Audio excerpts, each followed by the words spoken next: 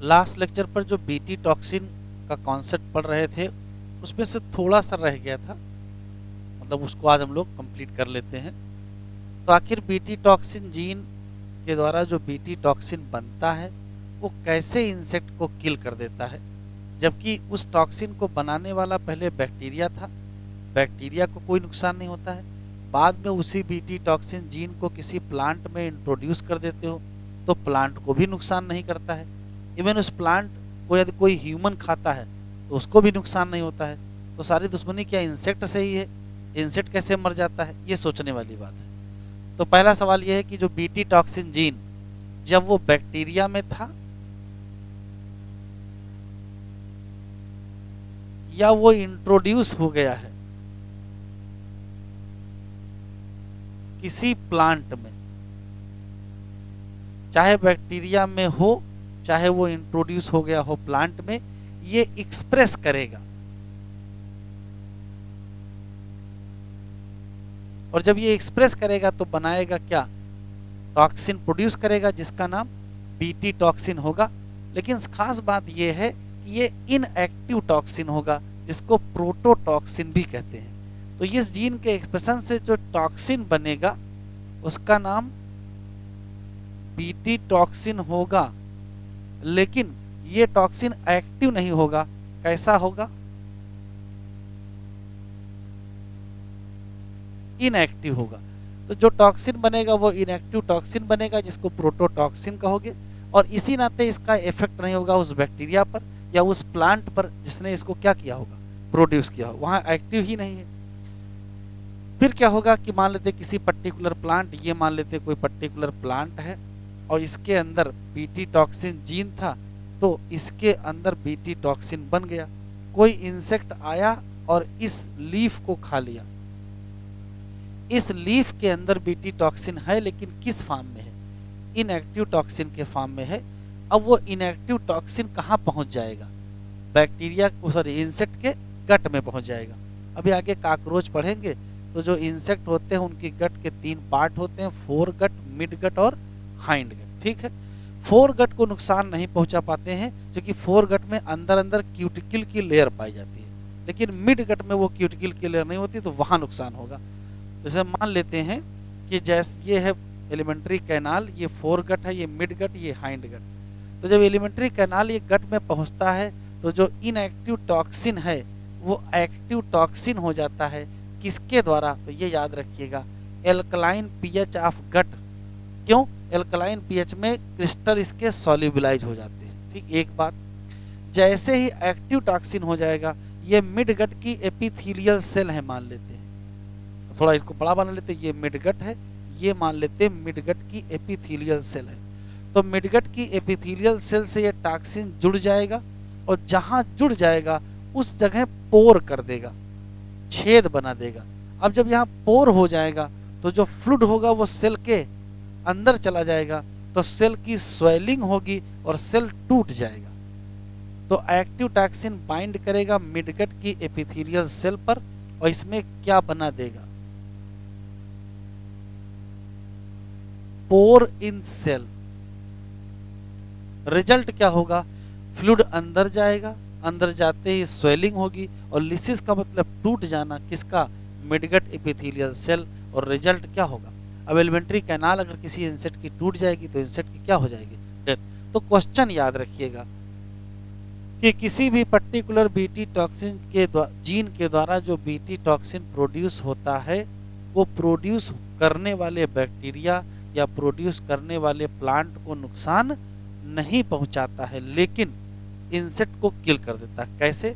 तो उसको नुकसान नहीं पहुंचाता है, उसका अलग कारण है, और इंसेक्ट किल हो जाता है, उसका अलग कारण है। नुकसान क्यों नहीं पहुंचाता है? क्योंकि इनएक्टिव टॉक्सिन प्रोड्यूस हो जाता है। ठीक है, तो नाम क्या है? प्रोटोटॉक्सिन होता है।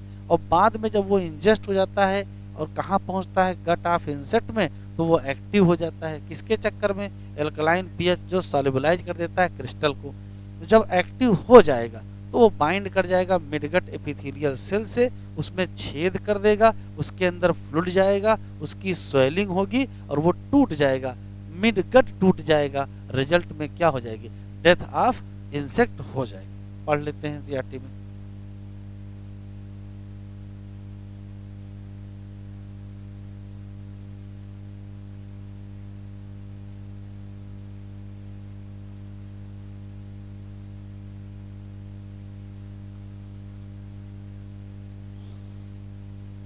यहां से पढ़ लेना है। Why does this toxin not kill bacillus या बैक्टीरिया? तो इसका रीजन दिया है, actually BT toxin protein exist as inactive. नाम क्या है? तो नाम है prototoxin. Once an insect ingest the inactive toxin, ये कन्वर्ट हो जाएगा क्या? एक्टिव फॉर्म ड्यू टू, तो एल्कलाइन पीएच ऑफ गट, जो सॉल्युबलाइज करेगा क्या? क्रिस्टल। जो एक्टिव टॉक्सिन है वो बाइंड करेगा surface of midgut epithelial cell, और वहां क्या कर देगा? पोर क्रिएट कर देगा, जिससे सेल की स्वेलिंग और सेल की लिसिस होगी, और अंततः क्या हो जाएगा? Death of insect. हेडिंग डालिए, पेस्ट रेजिस्टेंट प्लांट या पेस्ट रेजिस्टेंट प्लांट या nematode resistant plant. Pest resistant plant या निमेटोड रेजिस्टेंट टोबैको याद रखिए।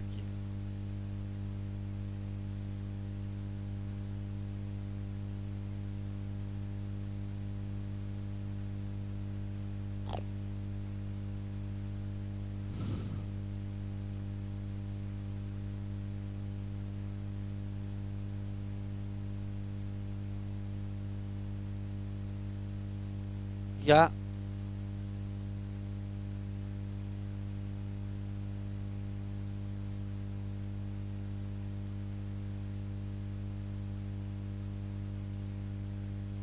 Nematode resistant tobacco.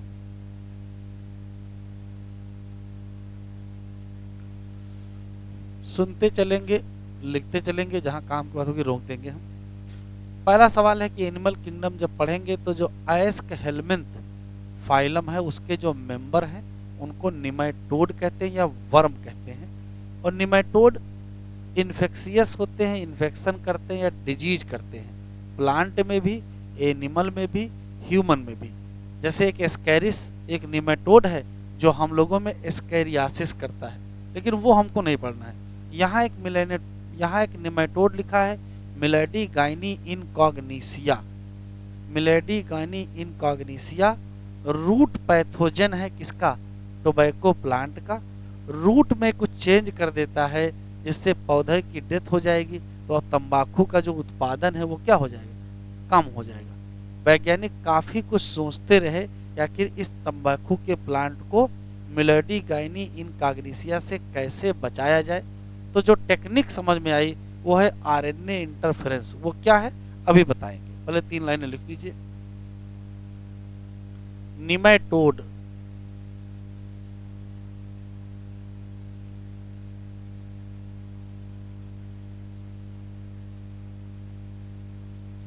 ये पैथोजेनिक एनिमल है और ये करते हैं डिजीज, किसमें? प्लांट में भी, एनिमल में भी और ह्यूमन में भी। ऐसे ही एक निमेटोड है,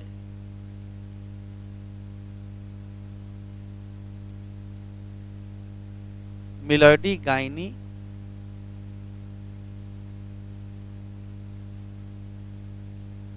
इनकॉग्निसिया। Meloidogyne incognita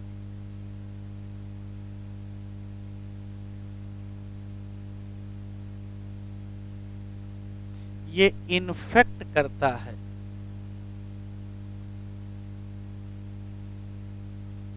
root of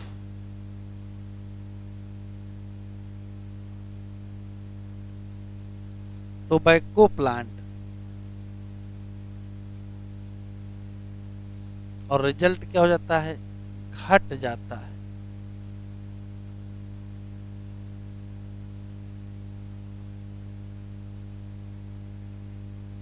yield of tobacco.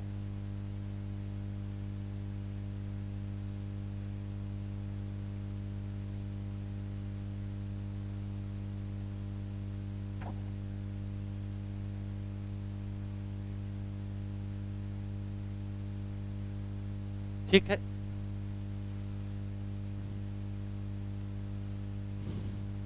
तो आरएनए इंटरफेरेंस क्या है अभी बताएंगे।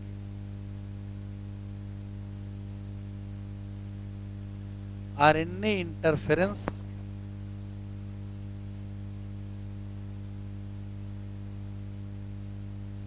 एक मैकेनिज्म है to protect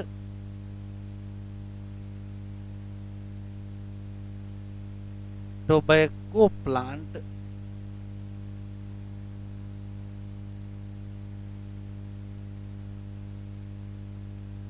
from infestation of Melody Gyne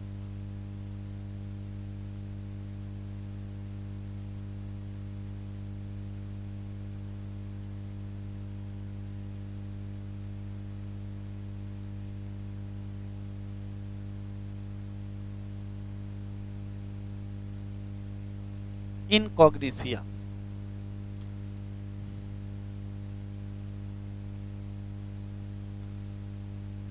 RNA interference क्या है तो भी एक लाइन याद कर लेंगे। ये मैकेनिज्म है सेलुलर डिफेंस की इन ऑल यूकैरियोटिक ऑर्गेनिज्म या सेल। ये लाइन इसी साल आई है। तो ये मैकेनिज्म है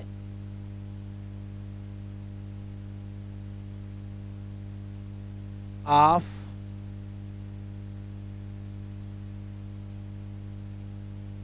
cellular defence in all eukaryotic cell. अब ये क्या है इसको जरा देख लीजिए, फिर पॉइंट लिखेंगे। जहां तक लिख लीजिए, जरा इधर देखिए। जैसे मान लेते हैं कि ये कोई पर्टिकुलर होस्ट है और इसमें कोई पैथोजेन निमेटोड इंटर कर गया है, होस्ट सेल है। अब लिखो नहीं, देख लो जरा। तो मान लेते ये पैथोजेन है। पैथोजेन का केवल एकमात्र काम होता है या एक ही पर्पज होता है, किसी पर्टिकुलर होस्ट सेल के अंदर जाएगा। वो होस्ट सेल को बीमार नहीं करना चाहता है, लेकिन करना क्या चाहता है वो देखिए। तो पैथोजेन हमेशा मल्टीप्लाई करता है।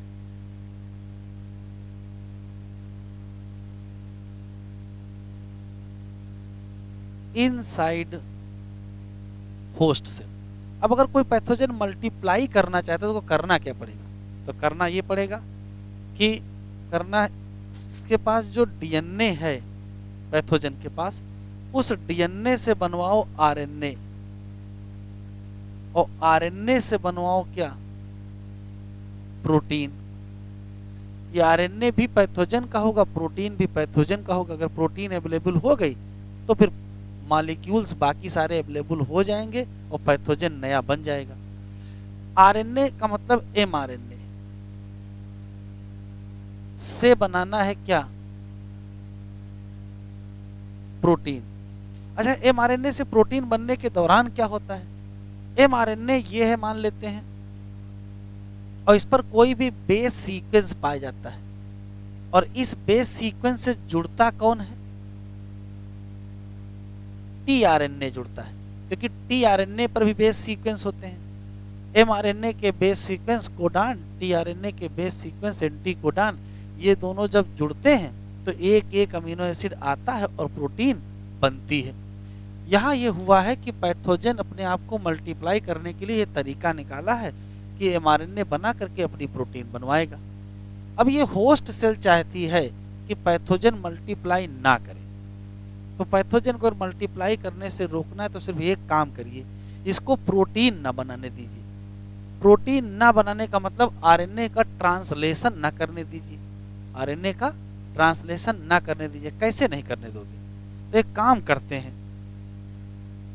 इस टीआरएनए की जगह एक नया आरएनए लाओ।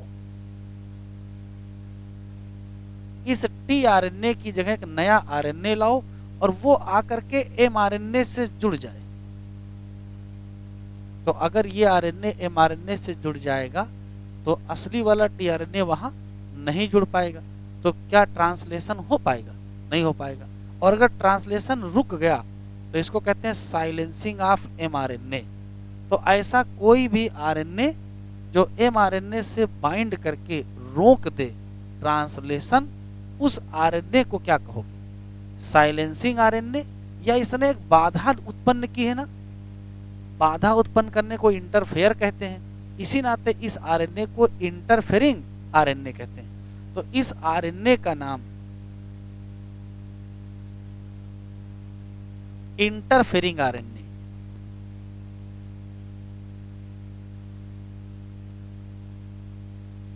क्या होगा? इंटरफेरिंग आरएनए, या इसी को कहेंगे साइलेंसिंग आरएनए, और शॉर्ट फॉर्म में इसको कहते हैं आईआरएनए। और इस पूरी कहानी को कहते क्या है? RNA interference. फिर से सुन लेते हैं। ये वो मैकेनिज्म है जो सेलुलर डिफेंस करती है सभी यूकैरियोटिक सेल में। ये वो मैकेनिज्म है जो होस्ट सेल के अंदर पैथोजन को मल्टीप्लाई नहीं करने देती। कैसे नहीं करने देगी? सामान्यतः डीएनए से आरएनए बनके प्रोटीन बनता है, और यहाँ घटना कौन होगी? यहाँ ट्रांसलेशन होगा। यदि चाहते हो कि पैथोजन मल्टीप्लाई ना करे तो आप ट्रांसलेशन ना होने दो। और ट्रांसलेशन कैसे नहीं होने दोगे? तो टीआरएनए एमआरएनए से जुड़ता था, उसकी जगह नया आरएनए जोड़ दो। जो नया आरएनए जोड़ दोगे तो टीआरएनए जुड़ नहीं पाएगा, तो ट्रांसलेशन हो नहीं पाएगा। ट्रांसलेशन ना होने को साइलेंसिंग ऑफ एमआरएनए कहते हैं। ट्रांसलेशन ना होने को साइलेंसिंग ऑफ एमआरएनए कहते हैं। और जो आरएनए ये काम करवाएगा उस आरएनए का नाम साइलेंसिंग आरएनए, या बाधा उत्पन्न किया है तो क्या कहोगे? इंटरफेरिंग आरएनए या आईआरएनए। तो इंटरफेरिंग आरएनए के द्वारा एमआरएनए की साइलेंसिंग करके पैथोजन को मल्टीप्लाई ना करने दो। इस पूरी घटना को क्या कहते हो? RNA interference. अब सारे क्वेश्चन किसके हैं? उस आरएनए के बारे में पढ़ना है। उस आरएनए के बारे में पढ़ना है जिसका नाम हम लोगों ने क्या रखा है? इंटरफेरिंग आरएनए रखा है। तो इंटरफेरिंग आरएनए के बारे में भी अलग से पढ़ेंगे। ये बढ़ा लो।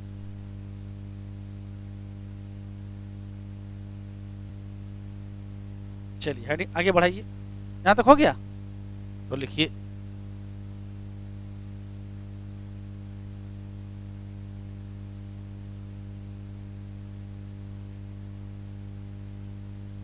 RNA interference is mechanism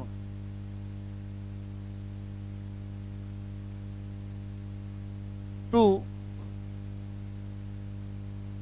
prevent growth of pathogen in host cell। कैसे? to prevent translation of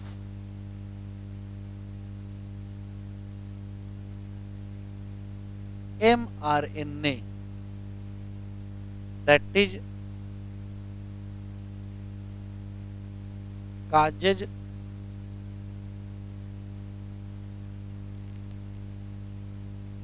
silencing of mRNA। Result क्या होगा? रिजल्ट होगा नो प्रोटीन सिंथेसिस।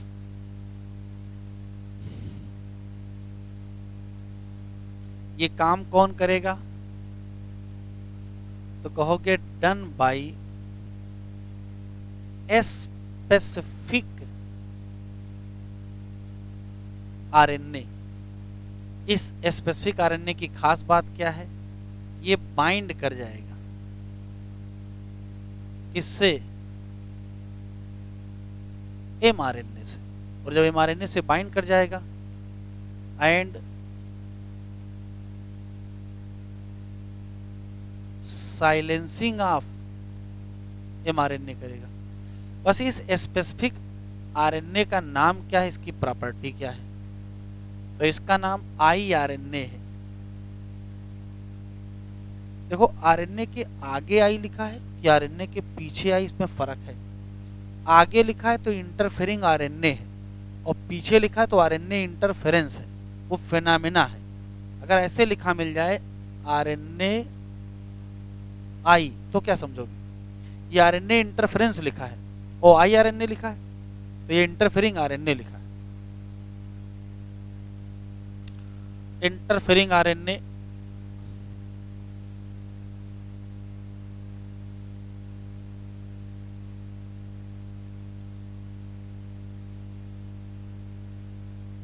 और इंटरफेरिंग आरएनए की 2-3 प्रॉपर्टी आपको याद रखनी है। Interfering RNA double stranded RNA होता है।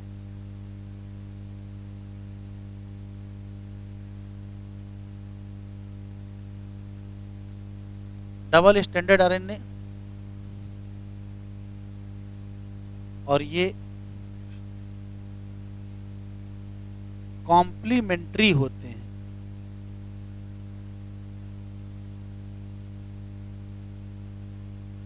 भाई जब 2 स्ट्रैंड होंगे दोनों एक दूसरे के क्या होंगे, कॉम्प्लीमेंट्री होंगे। इवन इसका एक स्ट्रैंड कॉम्प्लीमेंट्री होता है mRNA के, तभी तो बाइंड कर पाएगा। इसका 1 स्ट्रैंड कॉम्प्लीमेंट्री होता है टू mRNA। तो डबल स्ट्रैंडेड आरएनए होता है, कॉम्प्लीमेंट्री आरएनए स्ट्रैंड होते हैं, और एक स्ट्रैंड कॉम्प्लीमेंट्री होता है mRNA के, और जो स्ट्रैंड कॉम्प्लीमेंट्री होगा mRNA के वही क्या कर जाएगा, बाइंड कर जाएगा किससे, mRNA से, और जो mRNA से बाइंड करेगा वही साइलेंसिंग कर देगा। असली सवाल है कि ये डबल स्ट्रैंडेड आरएनए या इंटरफेरिंग आरएनए या कॉम्प्लीमेंट्री आरएनए बनाओगे कहां से, लाओगे कहां से। तो आरएनए तो डीएनए से ही बनता है, आरएनए तो डीएनए से ही बनेगा, या आरएनए फिर आरएनए से बनवाओ, 2 ही ऑप्शन है, और कोई तीसरी जगह तो है नहीं। तो complementary double stranded interfering RNA कहां से लाओगे, इसका सोर्स क्या होगा। तो 2 सोर्स याद रखेंगे, या तो आप सेल का इन्फेक्शन करवा दो उस वायरस से जिसमें आरएनए हो, क्योंकि आरएनए अंदर जाएगा तो पहले डीएनए बनाएगा, फिर क्या बनवाएगा, आरएनए बनवाएगा। या इसका दूसरा सोर्स है जंपिंग जीन या ट्रांसपोजान। जंपिंग जीन या ट्रांसपोजान के डिटेल में आपको नहीं पढ़ना, बस याद रखिएगा कि जंपिंग जीन या ट्रांसपोजान का जो डीएनए होता है वो भी सोर्स होता है किसका, इसी कॉम्प्लीमेंट्री डबल स्ट्रैंडेड आरएनए का। तो इसके सोर्स आप याद रखिए एज सच। क्या पहला सोर्स है, क्या, या तो इन्फेक्शन करा दो किससे, उस वायरस से जिसमें क्या हो, आरएनए जेनेटिक मटेरियल हो, और या तो फिर जंपिंग जीन ट्रांसपोजान का इस्तेमाल कर लीजिए जो रेप्लिकेट करते हो आरएनए से। अब डीएनए आरएनए के द्वारा कैसे रेप्लिकेट करता है वो आपको डिटेल में पढ़ना नहीं है, तो आप रट लेंगे 2 बातें बाकी।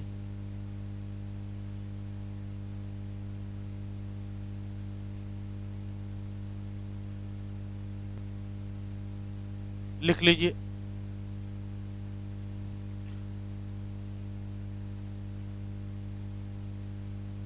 Source for double stranded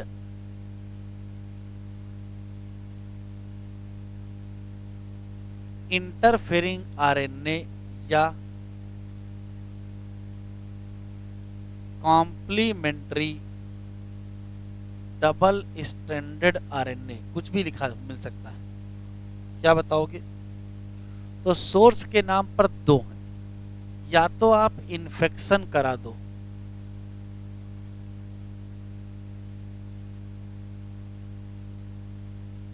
host cell by किसके द्वारा, वायरस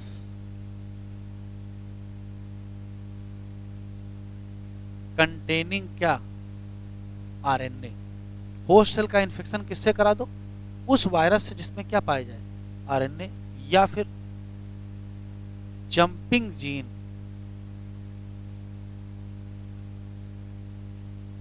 या ट्रांसपोजान दैट replicate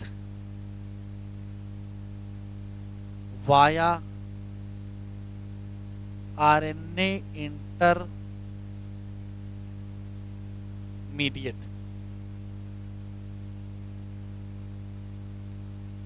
इन्हीं को मोबाइल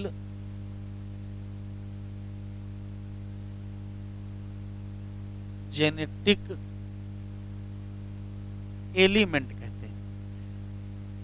दिया नहीं एनसीईआरटी, लेकिन एक लाइन सुन लीजिए केवल।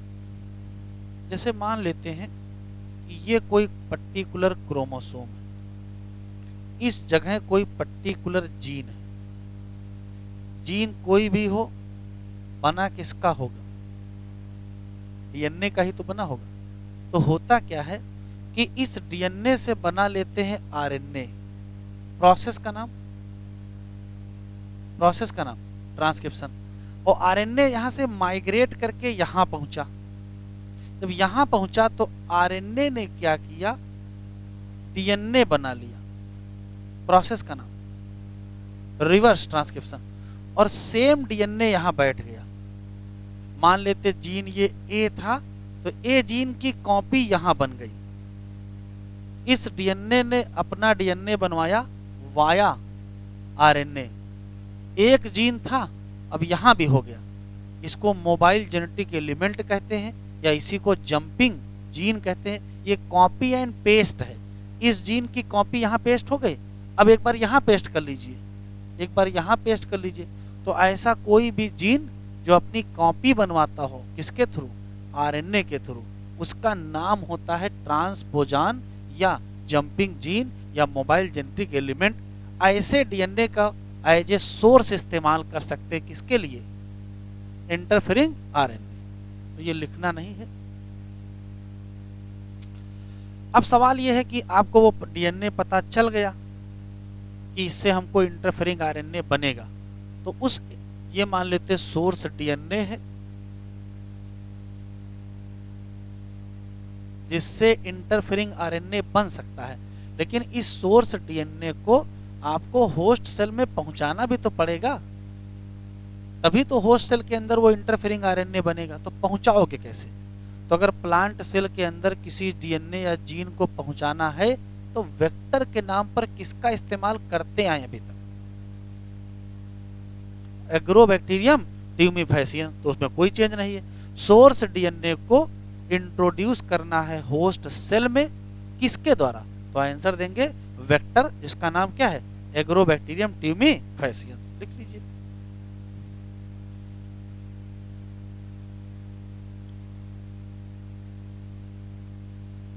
सोर्स डीएनए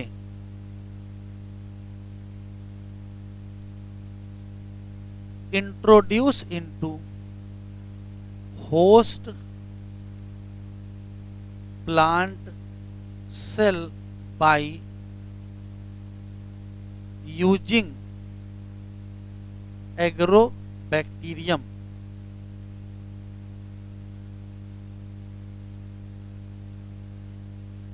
क्या, वेक्टर।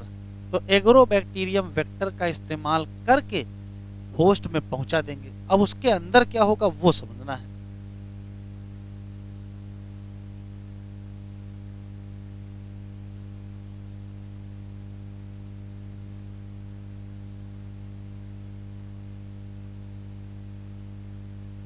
शुरू करें, मैकेनिज्म दिखाएं।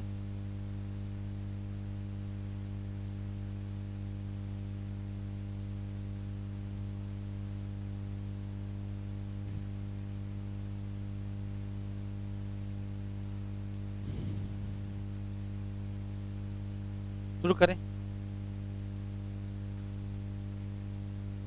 तो जरा देख लीजिए। मान लीजिए कि ये सोर्स डीएनए है, मान लीजिए कि ये सोर्स डीएनए है। अभी तो आप पढ़े हो कि यदि आप किसी डीएनए से आरएनए बनवाते हो तो डीएनए का एक स्ट्रैंड टेम्पलेट का काम करता है और आरएनए बनाता है, और दूसरा स्ट्रैंड टेम्पलेट का काम नहीं करता और आरएनए नहीं बनाता। ये सामान्य बात है। अगर इंटरफेरिंग आरएनए बनने जा रहा है तो देखो होगा क्या, इस स्ट्रैंड से भी आरएनए बनेगा और इस स्ट्रैंड से भी आरएनए बनेगा, दोनों स्ट्रैंड से आरएनए बनेगा। तो इससे भी आरएनए बनेगा और इससे भी आरएनए बनेगा। तो एक आरएनए ये बन गया और एक आरएनए ये बन गया। अब ये बताओ, यहाँ जो बेस सीक्वेंस होंगे उसके कॉम्प्लीमेंट्री ये बेस सीक्वेंस थे, तो यहाँ जो बेस सीक्वेंस होंगे उसके कॉम्प्लीमेंट्री क्या होंगे, ये सीक्वेंस होंगे। एक स्ट्रैंड का नाम सेंस स्ट्रैंड होगा या सेंस आरएनए, और एक का नाम होगा एंटी सेंस आरएनए। और ये दोनों एक दूसरे के क्या होंगे, कॉम्प्लीमेंट्री होंगे। तो रिजल्ट क्या होगा, जल्दी ही दोनों जुड़ जाएंगे, और जब ये बाइंड हो जाएंगे तो बनेगा क्या, तो ये दोनों जब जुड़ जाएंगे तो बन जाएगा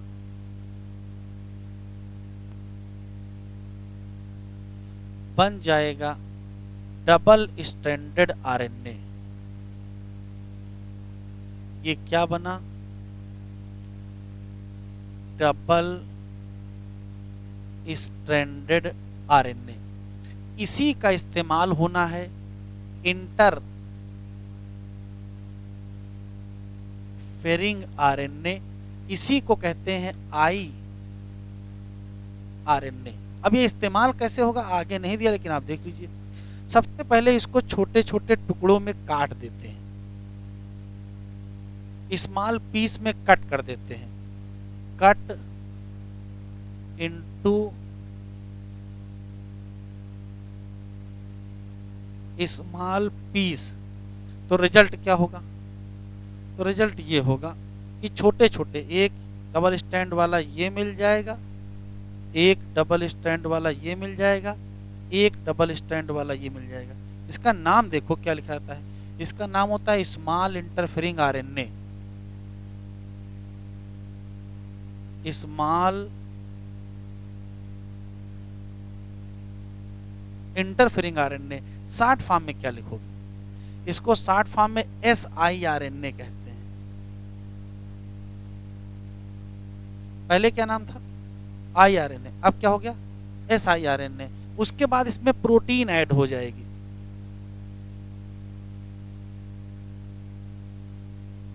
प्रोटीन जैसे ऐड होगा रिजल्ट देखो क्या होगा, ये small interfering RNA double standard, ये स्मॉल इंटरफेरिंग स्टैंडर्ड, ये भी स्मॉल इंटरफेरिंग आरएनए है, इन सब के बाहर लग जाएगी क्या, प्रोटीन। तो इसको प्रोटीन कॉम्प्लेक्स बना लेंगे। ये क्या हुआ है, प्रोटीन कॉम्प्लेक्स बन जाता है। इसको एक्टिवेटेड इंटरफेरिंग आरएनए कहते हैं, और ये एक्टिवेटेड होता है।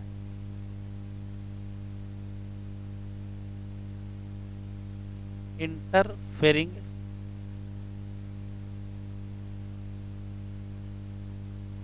आरएनए।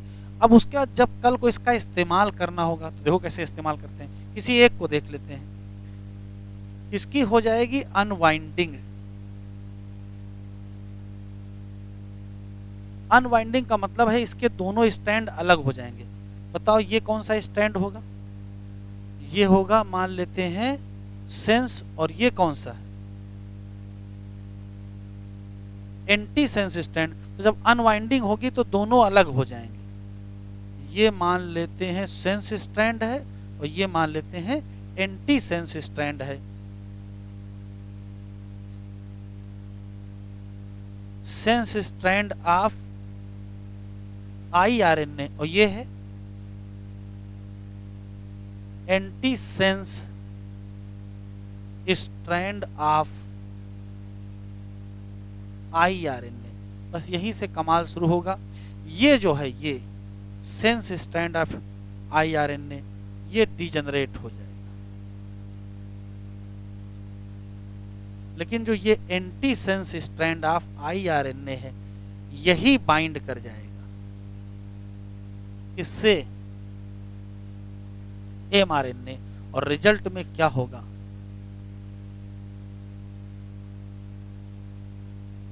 Silencing of mRNA. देखो क्या क्या हुआ है।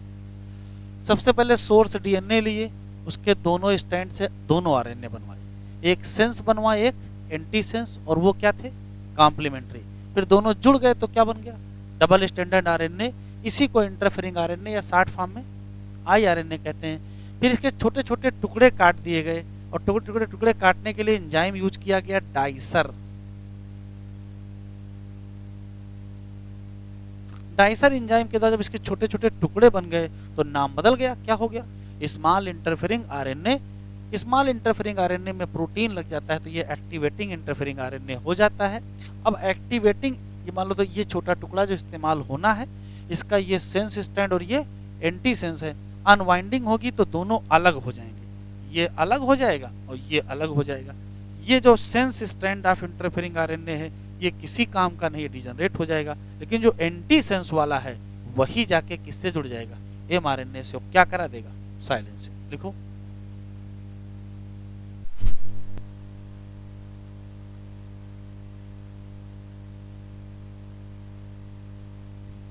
तो लिख लीजिए pathogen not grow in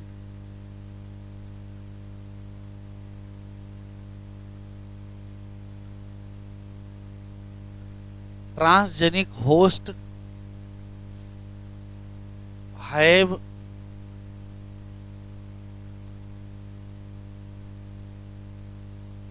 expression of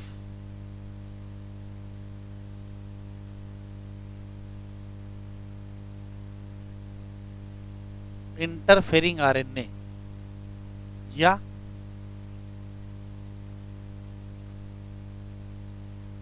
iRNA।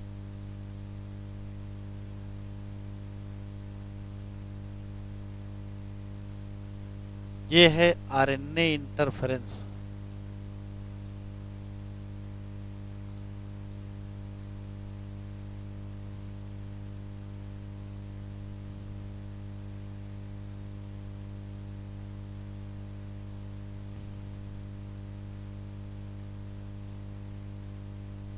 गलत है क्या आंसर? सारे आंसर सही है। चलो टिक कर लो। इस पैराग्राफ में जो लिखा सब याद होना चाहिए। बहुत सारे निमेटोड हैं जो कि पैरासाइट हैं, किसके, प्लांट के, एनिमल के, इवन हम लोगों के भी। इसका नाम याद रखिएगा, मिलेडी गाइनी इनकॉग्निसिया। ये इन्फेक्ट करती है किसको, रूट ऑफ टोबैको प्लांट, और घटा देते हैं क्या, बातचीत ना करें, घटा देते हैं ईल्ड। ये तो अच्छा काम कर रहा था, इसको तो पुरस्कार मिलना चाहिए था। लेकिन एक स्ट्रेटजी अडॉप्ट की गई, प्रिवेंट दिस इन्फेस्टेशन। ध्यान सुनिएगा, यहाँ इन्फेक्शन नहीं लिखा है, इन्फेस्टेशन लिखा है। जब जब वर्म आते हैं तो वर्म का इन्फेस्टेशन होता है। तो एस हेलमिंथ और प्लेटी हेलमिंथ के अगर पैथोजन होंगे तो उनको इन्फेक्शन न कह के इन्फेस्टेशन कहते हैं। Based on presence of RNA interference. ये देखो आई पीछे लिखा है, आगे लिखा होगा तो interfering RNA. RNA interference takes place in all eukaryotic organism as a method of cellular defence. इसी साल ये लाइन आई। दिस मेथड इन्वॉल्व क्या, silencing of specific mRNA due to complementary, कैसा, डबल स्टैंडर्ड आरएनए मॉलिक्यूल जो bind करेगा और prevent कर देगा क्या, किसका, एमआरएनए। घटना का नाम, सोर्स क्या है, source of this complementary RNA जो डबल स्टैंडर्ड है बाद में सिंगल स्टैंडर्ड बन के बाइंड करेगा। इस कॉम्प्लीमेंट्री आरएनए का सोर्स क्या है, तो पहला सोर्स है इन्फेक्शन करा दो वायरस से जिसमें क्या हो, आरएनए, या फिर क्या यूज कर लो, या क्या, ट्रांसपोजान। जो बस रेप्लिकेट करते हो किससे, आरएनए इंटरमीडिएट। वो मैंने भी आपको बताया कि डीएनए से बनेगा आरएनए और आरएनए से बनेगा डीएनए। बस वेक्टर कौन सा यूज करोगे, अग्रोबैक्टीरियम वेक्टर। ये निमेटोड स्पेसिफिक जीन को इंट्रोड्यूस कर देगा कहाँ, होस्ट प्लांट में। जब इंट्रोडक्शन कर दोगे डीएनए तो प्रोडक्शन होगा दोनों सेंस और एंटी सेंस आरएनए, कहाँ, होस्ट सेल। दोनों आरएनए चूंकि क्या है तो बना लेंगे क्या, डबल स्टैंडर्ड आरएनए, जो इनिशिएट करेगा क्या, आरएनए इंटरफेरेंस, और साइलेंसिंग कर देगा किसका, एमआरएनए। कैसे करेगा वो नहीं दिया, वो मैंने आपको बता दिया है, ऑफ निमेटोड। तो रिजल्ट ये होगा कि जो पैरासाइट कुड नॉट सरवाइव, किसमें, ट्रांसजेनिक होस्ट, तो एक्सप्रेस करेगा किसका, इंटरफेरिंग आरएनए। देखो यहाँ इंटरफेरिंग आरएनए लिखा है, ये आई आरएनए है। Transgenic plant therefore got itself protected from the क्या, पैरासाइट। तो भले ही यहाँ लिखा कम है लेकिन जितना लिखा है सब इंपॉर्टेंट है। हेडिंग बदल गई, बायोटेक्नोलॉजिकल एप्लीकेशन इन मेडिसिन। दो ही हेडिंग मेन है, एप्लीकेशन इन एग्रीकल्चर और एप्लीकेशन इन मेडिसिन। चलो भैया मेडिसिन में पढ़ते हैं।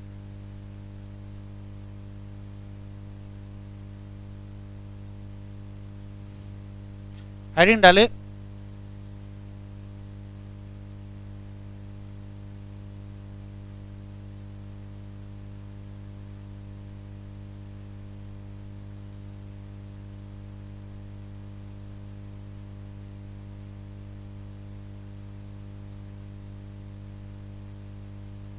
Biotechnological application in medicine.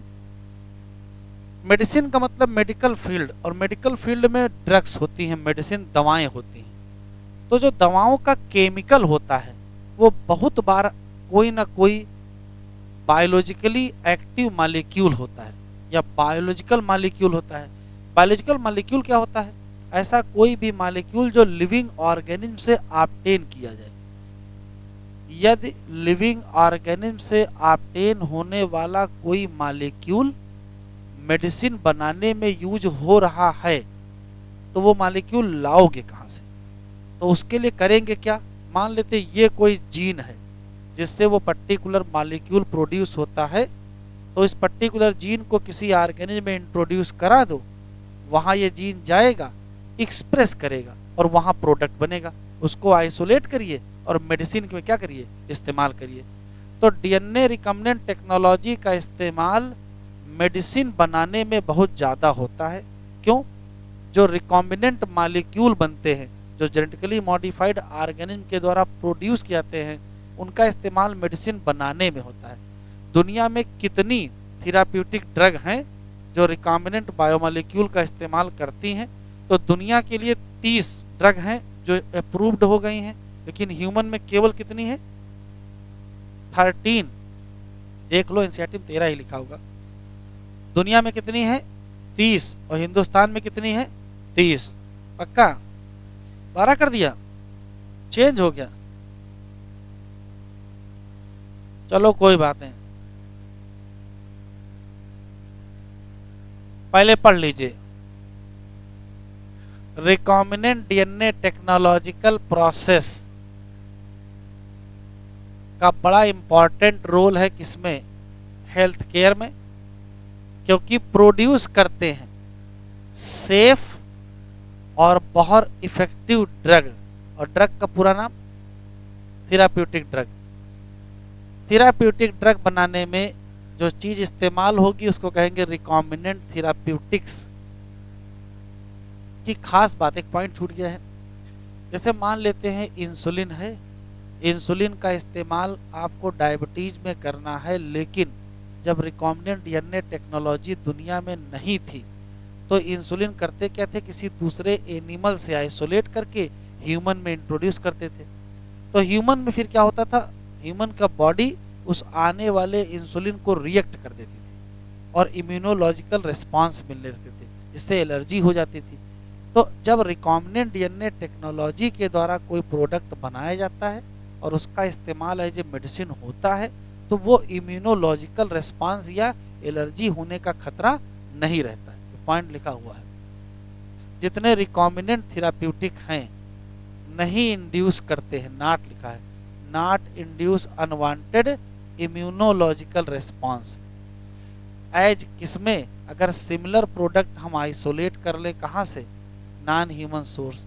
दुनिया में कितनी रिकॉम्बिनेंट थेराप्यूटिक हैं जिनका अप्रूवल मिला है ह्यूमन यूज के लिए, तो कहोगे दुनिया में 30 हैं, लेकिन इंडिया के लिए केवल कितनी है, 12 है। तो 2-3 लाइनें लिख लो।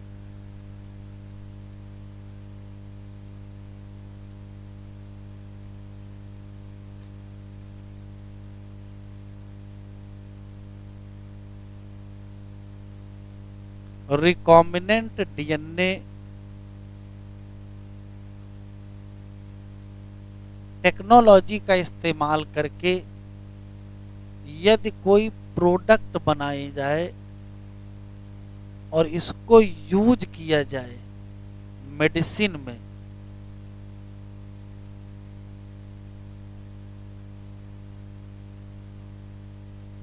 तो इस प्रोडक्ट को कहते हैं रिकॉम्बिनेंट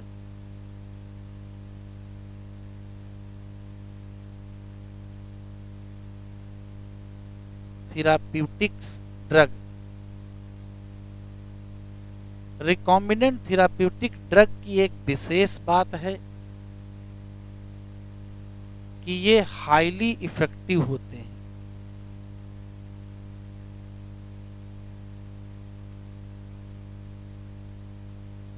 और दूसरी खास बात है नॉट प्रोड्यूस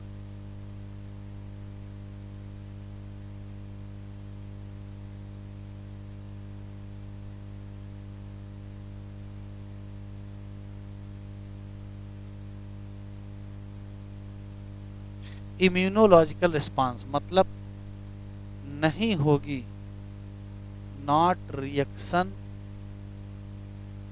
या allergy.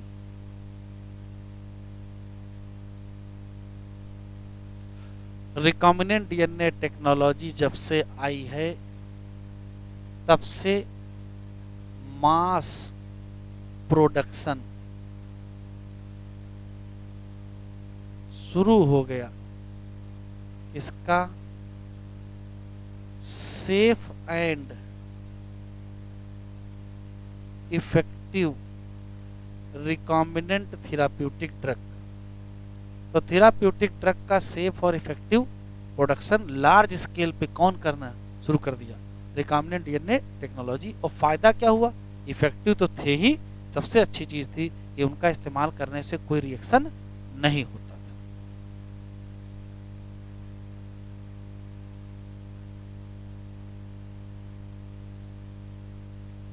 Recombinant therapeutic drug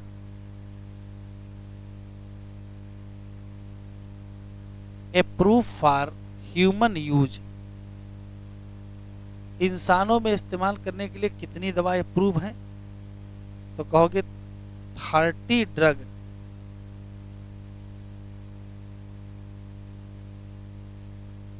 world wide,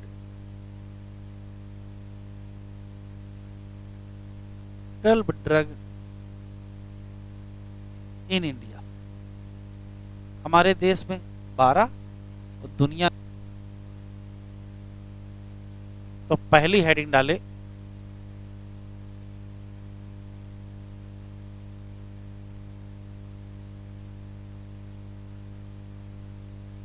genetically engineered insulin, मतलब जो जेनेटिक इंजीनियरिंग पढ़े हुए हों उनमें जो इंसुलिन यूज की जाए वो जेनेटिकली इंजीनियर्ड इंसुलिन। ऐसा नहीं है कि केवल जो इंजीनियर डायबिटीज वाले होंगे उनको लगाई जाएगी। इसी का दूसरा नाम रिकॉम्बिनेंट इंसुलिन भी है।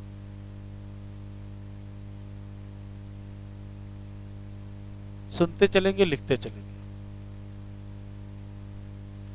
पहला सवाल यह है कि डायबिटीज मेलिटस के ट्रीटमेंट के लिए इंसुलिन की रिक्वायरमेंट है, इंसुलिन की रिक्वायरमेंट है ट्रीटमेंट ऑफ डायबिटीज मेलिटस या एडल्ट आंसेट डायबिटीज जिसको कहते हैं। ठीक है, दो प्रकार की डायबिटीज दुनिया में होती हैं, टाइप 1 और टाइप 2।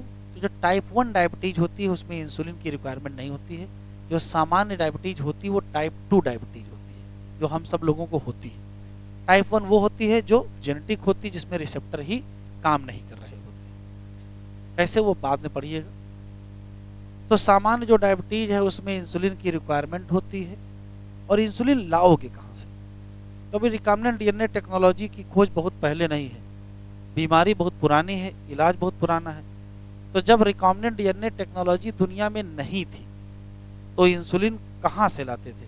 तो किसी दूसरे ही एनिमल से आइसोलेट कर लेते थे। जैसे कोई जानवर की, मान लीजिए उसको मीट के लिए काटा गया, तो उसका जो पैंक्रियाज है वहाँ से इंसुलिन को आइसोलेट कर लेते थे। तो स्लॉटेड कैटल या पिग के द्वारा उसके पैंक्रियाज से इंसुलिन को आइसोलेट करते थे, उसको प्यूरिफाई करते थे और उसका इंजेक्शन किसी डायबिटीज वाले पेशेंट को देते थे।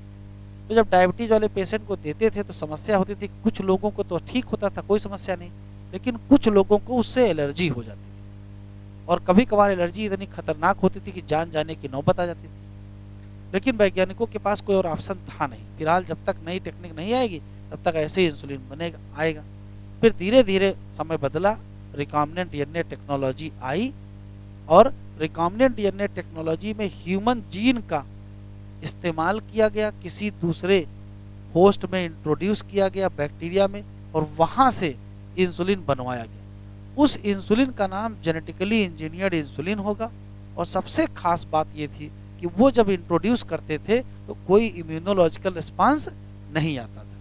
एक क्वेश्चन इस साल आया है, इंसुलिन किसी डायबिटीज वाले को दी जाती है इंजेक्शन के फॉर्म, गोली नहीं दी जाती है। क्यों? तो इंसुलिन बनी होती है प्रोटीन की, यदि आप खा लेंगे तो जाके डाइजेस्ट हो जाएगी। तो क्या अमीनो एसिड जाके काम करेंगे? अमीनो एसिड तो काम नहीं करेंगे। इसी साल पूछा गया है कि इंसुलिन ओरली क्यों नहीं लेते हैं? कहोगे ओरली लेंगे तो हमारे एलिमेंट्री कैनाल में क्या हो जाएगी? डाइजेस्ट हो जाएगी। तो जनरल ओवरव्यू समझ में आ जाना चाहिए कि यदि किसी स्लॉटेड कैटल या पिग के पैंक्रियाज का इंसुलिन है और उसका इस्तेमाल किया तो क्या हो जाएगा? इम्यूनोलॉजिकल रिस्पांस, उसको एलर्जी हो जाएगी, उसको रिएक्शन हो जाएगी। बचने का एक ही तरीका है, ह्यूमन जीन को आइसोलेट करिए, किसी होस्ट में इंट्रोड्यूस करिए, वहाँ जीन एक्सप्रेस करे, इंसुलिन की प्रोटीन बने और उसका आप इस्तेमाल करिए। उसी का नाम जेनेटिकली इंजीनियर्ड इंसुलिन होगा। और उसकी खास बात होगा, ये बिल्कुल वैसे ही इफेक्टिव होगी। और दूसरी अच्छी चीज़ है कि यहाँ कोई एलर्जी का रिस्क नहीं होता है। ठीक है, इतना लिखो पहले।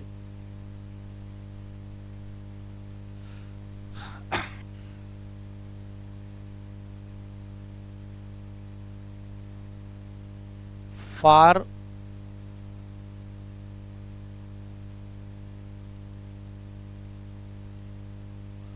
Treatment of diabetes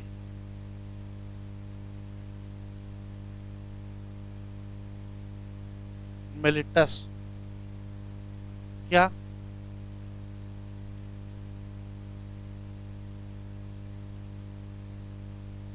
insulin require? दूसरा सवाल, इंसुलिन दी कैसे जाएगी? Given as injection of insulin. क्यों नहीं देंगे?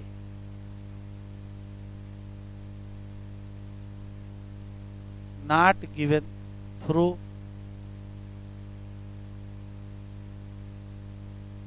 ओरल रूट, खिलाएंगे नहीं। क्यों? बिकॉज क्या हो जाएगा? इंसुलिन प्रोटीन है, डाइजेस्ट हो जाएगी। कहाँ? At GIT, gastrointestinal tract. वापस, तो इंसुलिन लाओगे कहाँ? इंसुलिन require for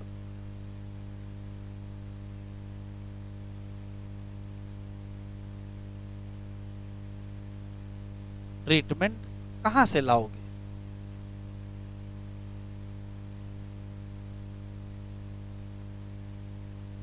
तो पहला ऑप्शन है isolate from non human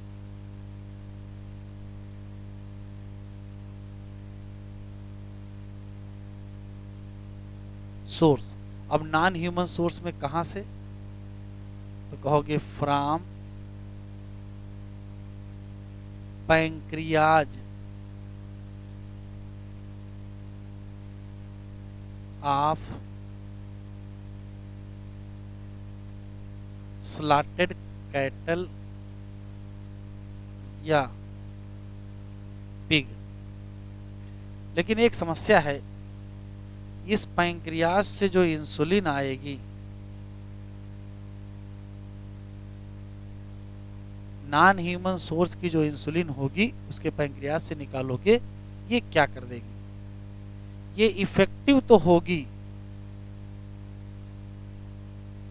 effective तो होगी, लेकिन क्या कर देगी? Immunological response produce immunological response क्या दे देगी? जैसे एलर्जी हो जाएगी,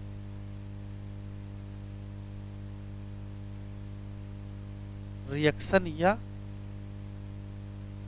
एलर्जी पूरे शरीर पे हो सकता है, चकत्ते लाल रंग के पड़ जाएं, है ना।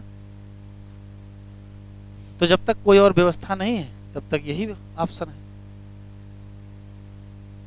दूसरा तरीका है इंसुलिन प्रोड्यूस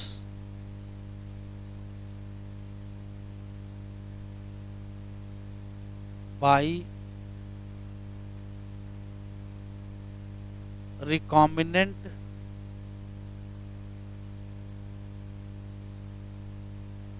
डीएनए टेक्नोलॉजी। अब रिकॉम्बिनेंट डीएनए टेक्नोलॉजी से जो बनाओगे, इसी का नाम क्या होगा?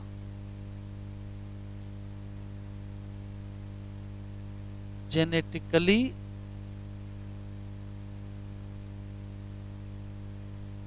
Engineered insulin. क्या नाम होगा?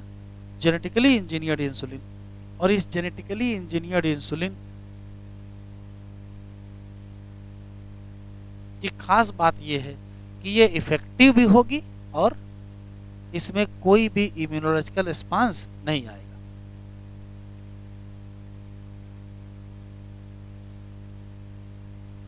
Effective and no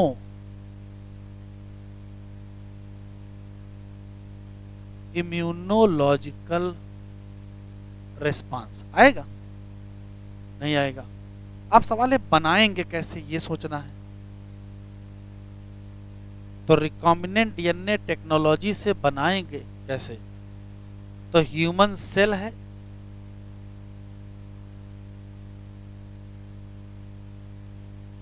human cell से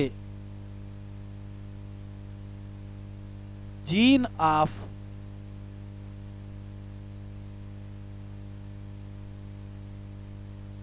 इंसुलिन सिंथेसिस आइसोलेट कर लो,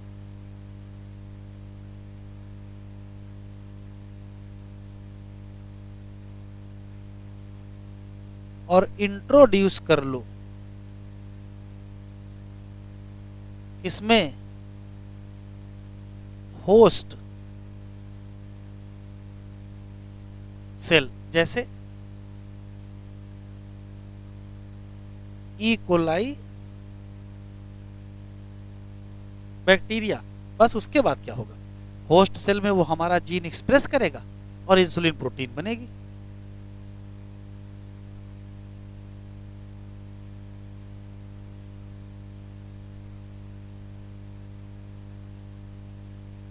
एक्सप्रेशन ऑफ जीन होगा और इंसुलिन की प्रोटीन क्या होगी, सिंथेसिस होगी।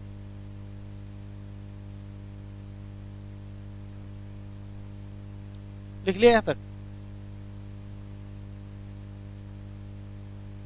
जेनेटिकली इंजीनियर्ड इंसुलिन से भी इस साल 2 सवाल आए।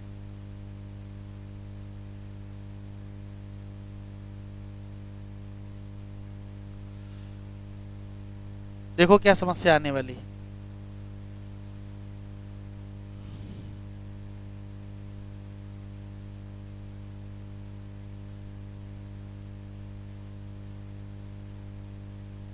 अगर किसी नेचुरल इंसुलिन की बात करें तो नेचुरल इंसुलिन में होता क्या है, 2 चेन होती हैं, एक ए चेन होती है और बी चेन होती है, और दोनों चेन इंटरकनेक्ट होते हैं।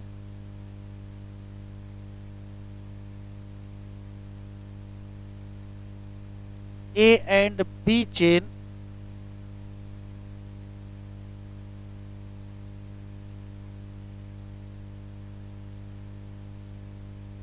इंटरकनेक्ट बाई, लिखते चले, डाई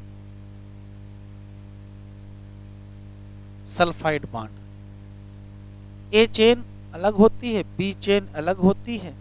ए और बी चेन आपस में डाई सल्फाइड बॉन्ड से जुड़े होते, ये एक इंसुलिन का स्ट्रक्चर है। ठीक, दूसरी समस्या सुनिए।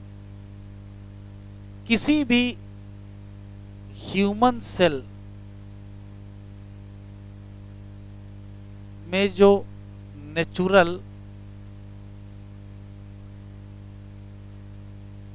इंसुलिन की सिंथेसिस होती है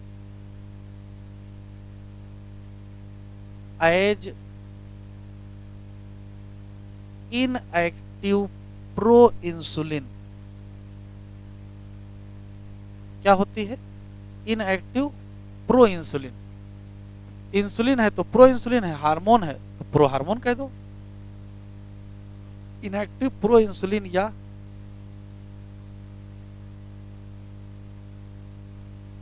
प्रो हार्मोन होती है। ये इनएक्टिव क्यों होती है, इसमें 3 चेन होती है। ए चेन होती है, बी चेन होती है, और एक्स्ट्रा सी चेन या सी पेप्टाइड, जो कि एक 20 कार्बन चेन होती है। फिर क्या होता है, इस इनएक्टिव प्रो इंसुलिन को एक्टिव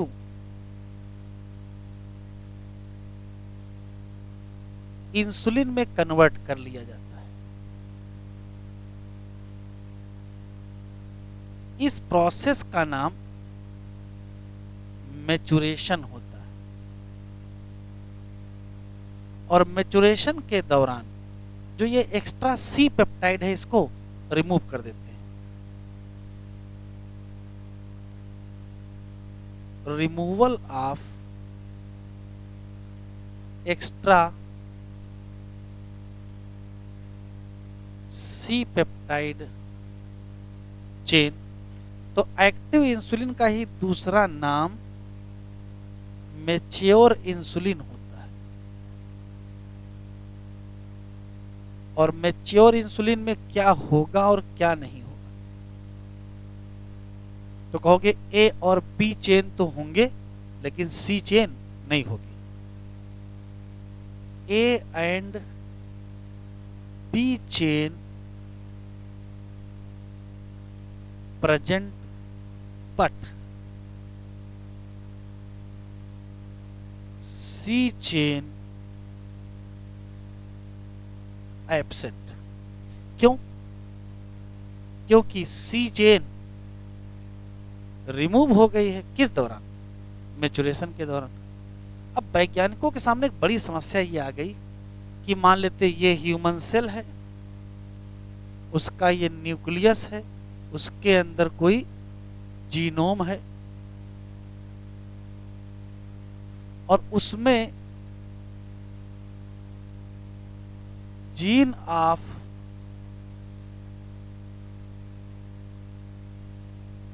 इंसुलिन सिंथेसिस है। इसको यहां से आइसोलेट कर लिए और इसको इंट्रोड्यूस कर लिए किसमें, ई कोलाई में बनाएगा।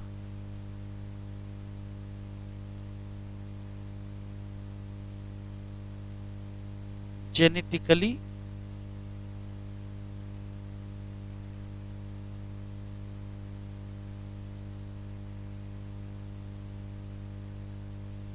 Engineered insulin. सिर्फ ये बताओ कि जब जेनेटिकली इंजीनियर्ड इंसुलिन बनेगी तो उसमें ए चेन होगी, बी चेन होगी, सी चेन होगी, क्या होगा?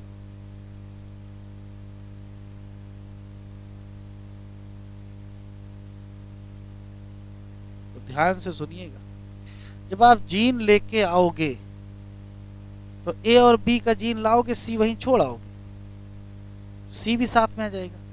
तो जब बनेगा तो सी भी साथ में बन जाएगा।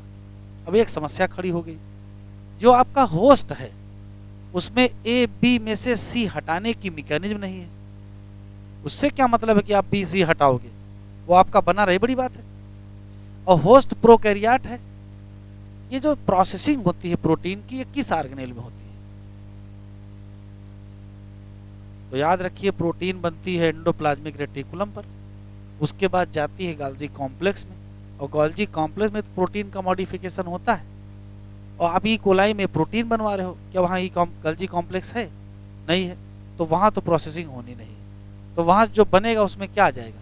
सी पेप्टाइड आ जाएगा, वो फिर आपके काम का नहीं होगा।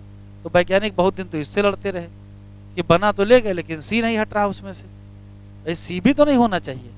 तो जो जेनेटिकली इंजीनियर इंसुलिन आखिरी में बनाई गई है उसमें सी पेप्टाइड नहीं था। अब जब तक सी पेप्टाइड रहेगा तब तक वो काम ही की नहीं है, तो सी पेप्टाइड गायब कहाँ हो गया? कुछ तो तरीका लगाया होगा। तो याद रखेंगे इसमें नहीं है, नॉट हैव सी पेप्टाइड। क्यों? बिकॉज, बता दो क्या किया होगा? तो वैज्ञानिकों ने दिमाग लगाया, कहा ऐसा करिए, ह्यूमन जीन ह्यूमन सेल से ना आइसोलेट करो, पर उसकी स्टडी कर लो, उसके बेस सीक्वेंस पता कर लो।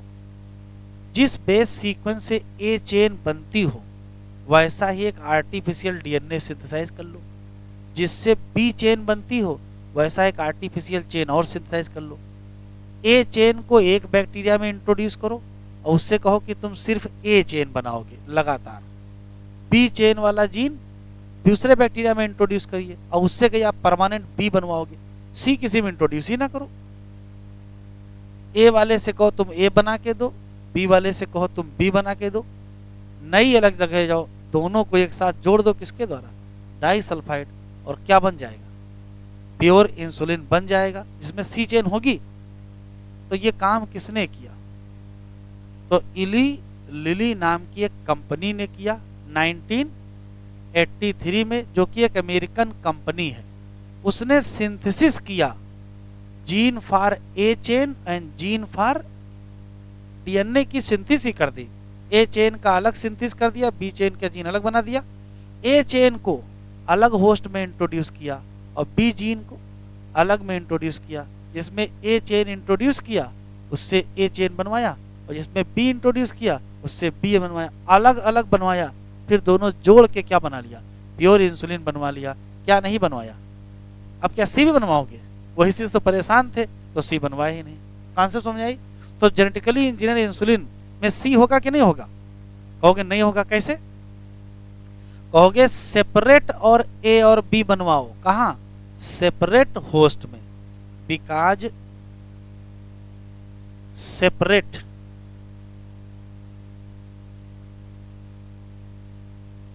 A and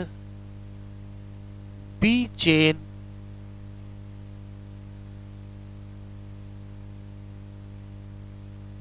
synthesis in separate host cell. अब कोई समस्या ही नहीं।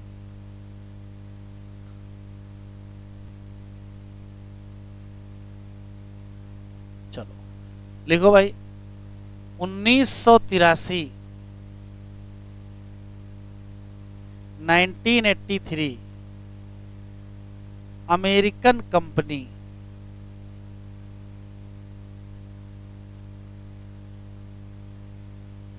नाम ELI कलर बदला जा रहा है।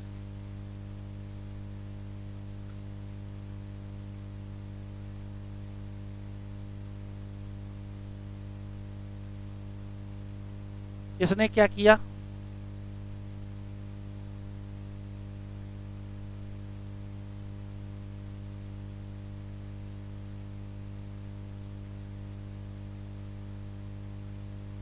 सिंथेसिस कर लिया DNA strand for A and B chain. और क्या किया?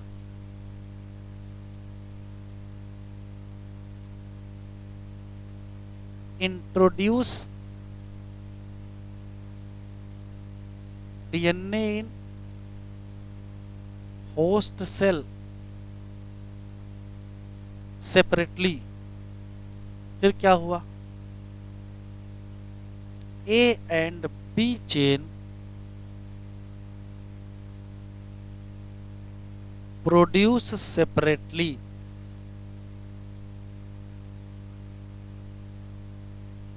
फिर क्या हुआ? A and B chain unite किए बाई किसके द्वारा? डाइसल्फाइड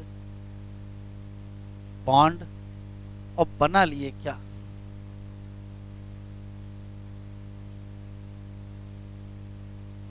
जेनेटिकली इंजीनियर्ड इंसुलिन, जिसमें क्या नहीं था? Not have C peptide.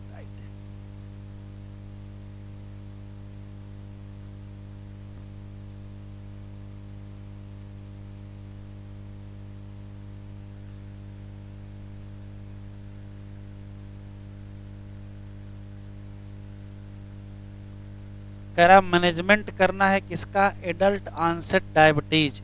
ये टाइप 2 डायबिटीज है। कुछ बच्चों में जन्मजात डायबिटीज होती है, वो टाइप 1 होती है। इसका मैनेजमेंट में taking insulin at regular time interval. कह रहा what would a diabetic patient do if enough human insulin not available. क्या होता? कह रहा इफ यू डिस्कस दिस, आपको जल्दी ही रियलाइज हो जाएगा कि आइसोलेट करना पड़ेगा और यूज करना पड़ेगा इंसुलिन। कहाँ से? Other animal. कह रहा जब इंसुलिन आइसोलेट करोगे अदर एनिमल, ये इफेक्टिव तो होगा उस ह्यूमन इंसुलिन जैसा ही, लेकिन क्या ये नहीं देगी कोई इम्यून रिस्पांस? कहोगे नहीं, रिस्पांस देगी। इमेजिन इफ बैक्टीरिया अगर अवेलेबल हो जो ह्यूमन इंसुलिन को बना सके, तो पूरी प्रोसेस बहुत सिंपल हो जाएगी। लार्ज क्वांटिटी ऑफ बैक्टीरिया क्या करेंगे? इसको बनाएंगे। कह रहा think about whether insulin can be orally administrated to a diabetic people or not.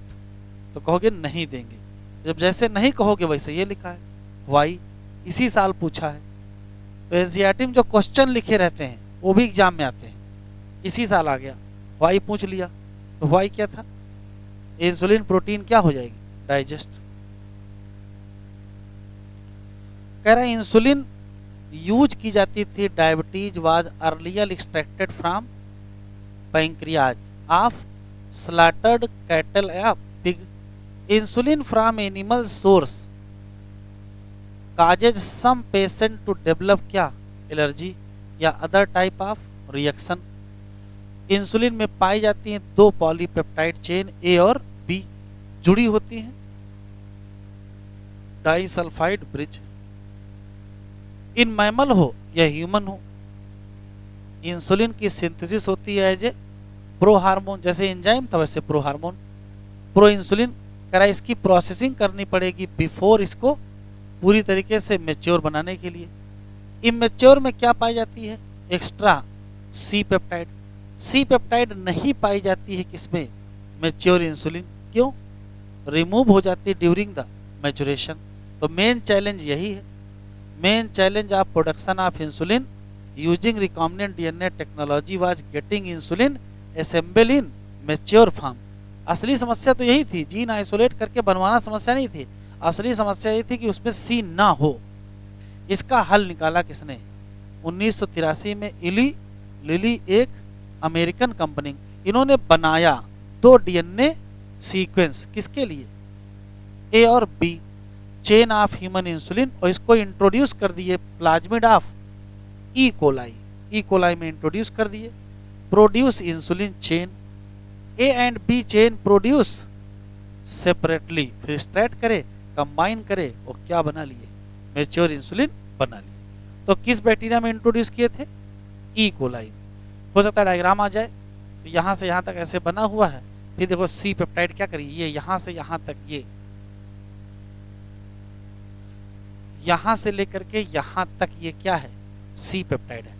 तो ये दोनों जैसे जुड़े थे वैसे जुड़े रह गए, ये हट गया।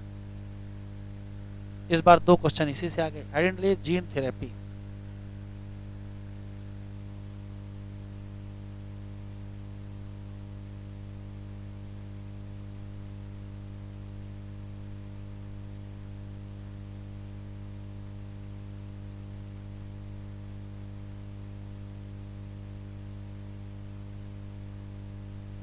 सुन लीजिए।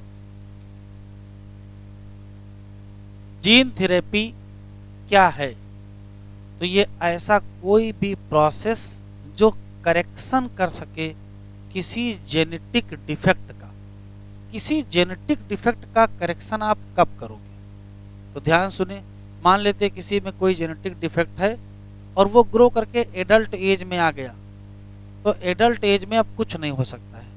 क्या एक एक सेल में जीन बदलोगे, लेकिन यदि एम्ब्रियोनिक लाइफ में पता चल जाए, अगर एम्ब्रियोनिक लाइफ में पता चल जाए तो फिर एम्ब्रियोनिक लाइफ में सेल की संख्या कम है तो वहां जीन का करेक्शन किया जा सकता है। तो ऐसा कोई भी तरीका जिसमें जेनेटिक डिफेक्ट को करेक्ट किया जाए, उस जेनेटिक डिफेक्ट को जो पता चल जाए अर्ली एम्ब्रियोनिक लाइफ, कैसे सही करोगे, तो सही ऐसे करेंगे। जैसे मान लेते हैं कि ये कोई पर्टिकुलर सेल है और उसके जीनोम में, ये मान लेते जीनोम है और उसमें कोई ये नॉन फंक्शनल जीन है या डिफेक्टेड जीन है।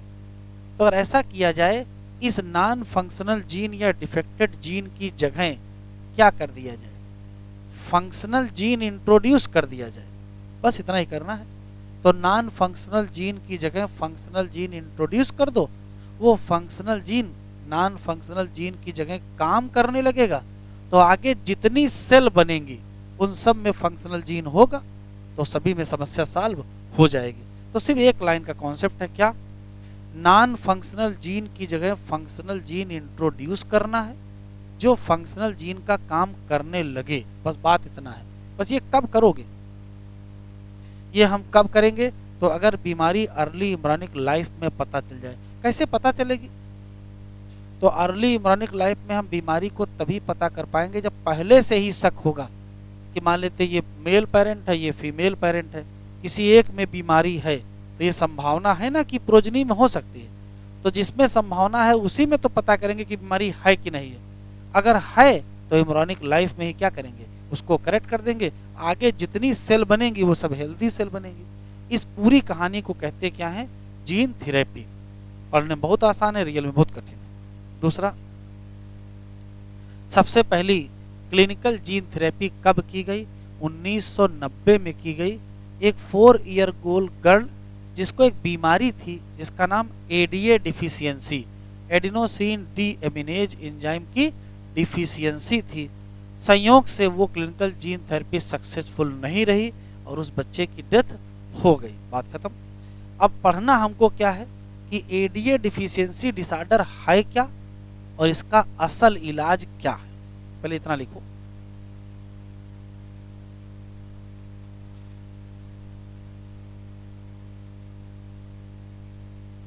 लिख लीजिए।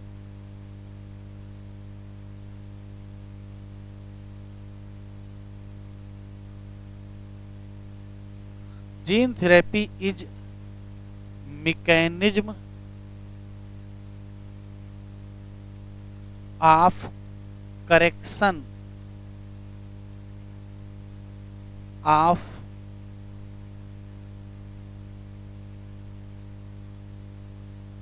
genetic defect that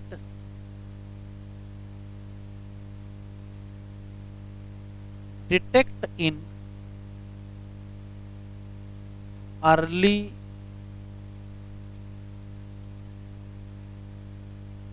embryonic life, बस अर्ली एम्ब्रायोनिक लाइफ में डिटेक्ट हो गया हो।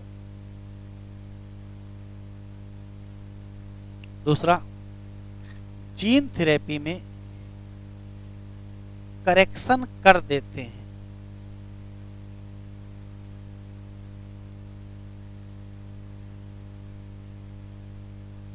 जेनेटिक डिफेक्ट का कैसे? By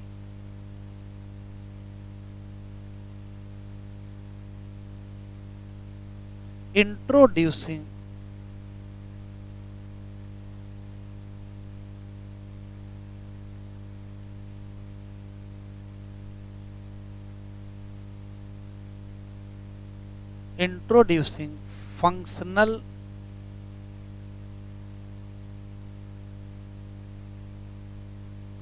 gene in cell to take over function of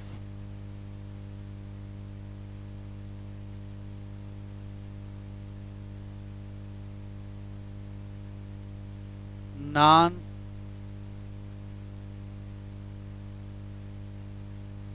functional gene. किसी पर्टिकुलर सेल में जीन इंट्रोड्यूस कर दो जो नॉन फंक्शनल जीन का काम करने लगे, तो उसी कहानी को क्या कहोगे? Gene therapy.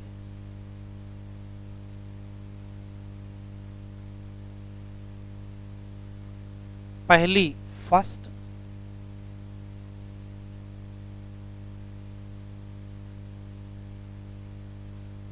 Clinical gene therapy done in 4-year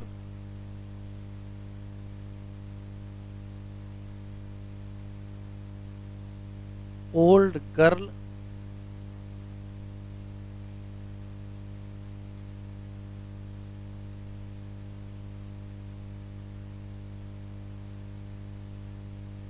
सफर किससे थी? Suffer from ADA deficiency disorder. लेकिन ये पहली क्लिनिकल जीन थेरेपी सक्सेसफुल नहीं रही।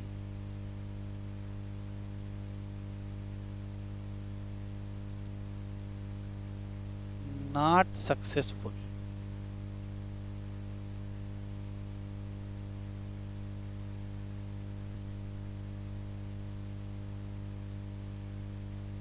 तो हेडिंग डालें एडीए डिफिशियंसी।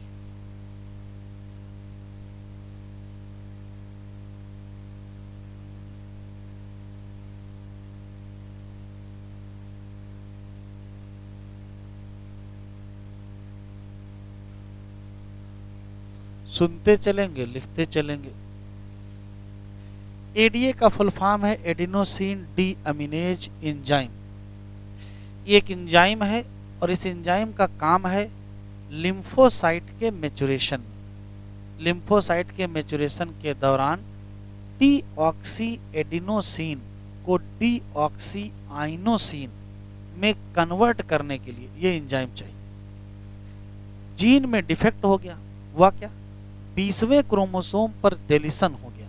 डेलीशन क्या होता है, जब क्रोमोसोम का कोई टुकड़ा टूट के अलग हो जाए। तो 20th क्रोमोसोम पर हुआ डेलीशन, जेनेटिक डिफेक्ट है। रिजल्ट हुआ कि नॉन फॉर्मेशन हो गया एडीए एंजाइम। अब जब एडीए एंजाइम बनेगा नहीं तो उसकी डिफिशियंसी हो जाएगी, तो हो जाने दीजिए। डिफिशियंसी का असर देखो क्या मिला, असर ये हुआ कि जब एडीए एंजाइम नहीं मिला तो लिम्फोसाइट का प्रॉपर मैच्योरेशन नहीं हो पाया। तो क्या इम्यून सिस्टम बेहतर डेवलप हो पाएगा, इम्यूनिटी डेवलप हो पाएगी, नहीं हो पाएगी। फिर क्या होगा, इसको रोज रोज बीमारी होंगी, उसी में से किसी बीमारी से क्या हो जाएगी, डेथ हो जाएगी। तो इम्यून डेवलपमेंट या इम्यून फंक्शन के लिए ये एंजाइम नेसेसरी था। जब डिफिशियंसी हो गई तो इम्यूनिटी प्रॉपर डेवलप नहीं हो पाई और बीमारी का नाम एडीए डिफिशियंसी डिसऑर्डर हुआ। ठीक, अब सवाल है इसका हल क्या है। तो इसके कुल 4 इलाज हैं। एडीए डिफिशियंसी डिसऑर्डर का जो ट्रीटमेंट है वो 4 टाइप के ट्रीटमेंट है। आखिरी में आपसे क्वेश्चन ये पूछा जाएगा कि इन चारों ट्रीटमेंट में से बेस्ट ट्रीटमेंट कौन सा है। तो बोले ट्रीटमेंट तो पता चले कौन से 4 हैं, फिर बेस्ट आपको पता चलेगा। तो इतना लिखो पहले।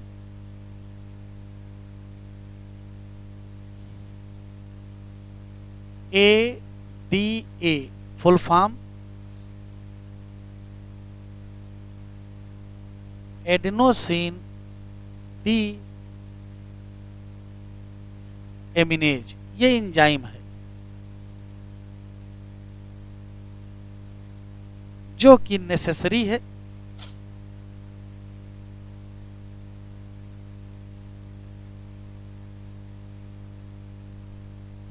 For immune function. इम्यूनिटी के लिए जरूरी है। क्यों जरूरी है, ये एंजाइम कन्वर्ट करता है डीऑक्सी एडिनोसिन को डीऑक्सी आइनोसिन, डीऑक्सी एडिनोसिन को डीऑक्सी आइनोसिन में कन्वर्ट करता है ये एंजाइम। और ये डीऑक्सी आइनोसिन से लिम्फोसाइट का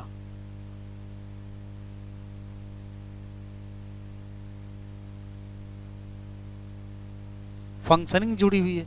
और जब लिम्फोसाइट फंक्शनिंग होगी तो इम्यून फंक्शन आएगा। ये सामान्य बात है। अब हुआ क्या, 20th क्रोमोसोम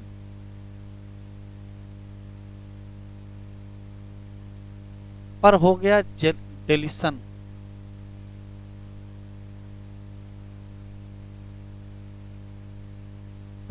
क्रोमोसोम पर हो गया क्या, डेलीशन, मतलब लॉस ऑफ जीन। अब रिजल्ट क्या हुआ, रिजल्ट ये हुआ no synthesis of ADA enzyme. अब जब एडीए एंजाइम नहीं बनेगा तो कहोगे क्या, एडीए डिफिशियंसी कहोगे।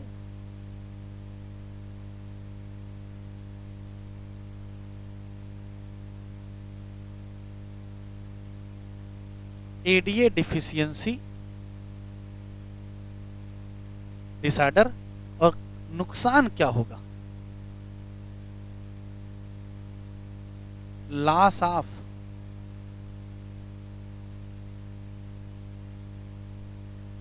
इम्यून फंक्शन, या ये भी कह सकते हो पुअर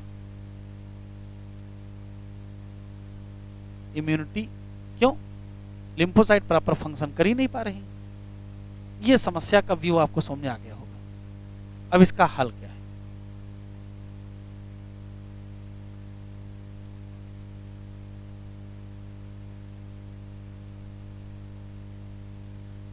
लिखें।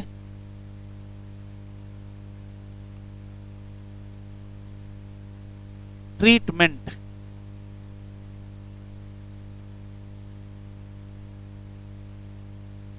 Treatment of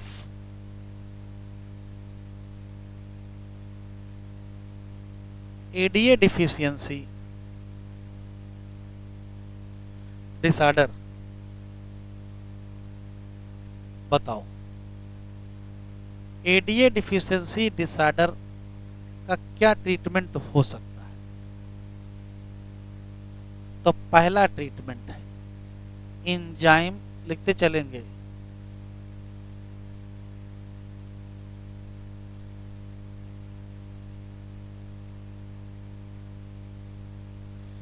enzyme replacement therapy. ये क्या है? तो ये एक लाइन का कॉन्सेप्ट है। जिस व्यक्ति को ये बीमारी है उसमें एडीए बन नहीं रहा है, तो रिकॉम्बिनेंट डीएनए टेक्नोलॉजी के द्वारा जब हम इंसुलिन बनवा सकते हैं, तो रिकॉम्बिनेंट डीएनए टेक्नोलॉजी के द्वारा ये एंजाइम भी बनवा सकते हैं। और इस एंजाइम का इंजेक्शन लीजिए या टेबलेट लीजिए, जैसे लेना हो। अगर आप बाहर से फंक्शनल एंजाइम लेंगे तो लिम्फोसाइट काम करने लगेंगे, और लिम्फोसाइट काम करने लगेंगे तो इम्यूनिटी डेवलप हो जाएगी। लेकिन क्या ये परमानेंट इलाज है? नहीं। क्यों? क्योंकि रेगुलर हमको क्या लेना पड़ेगा? एंजाइम लेना पड़ेगा। इसी नाते ये परमानेंट क्योर नहीं है। तो जब तक जीन थेरेपी नहीं हो रही तो यही हल है। तो एंजाइम रिप्लेसमेंट थेरेपी काम की थेरेपी है, इसमें फंक्शनल एंजाइम दिया जाएगा, लेकिन ये परमानेंट क्योर नहीं है। लिखो फंक्शनल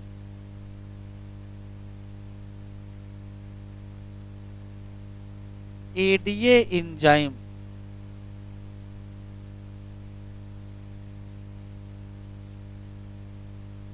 गिवन टू पेशेंट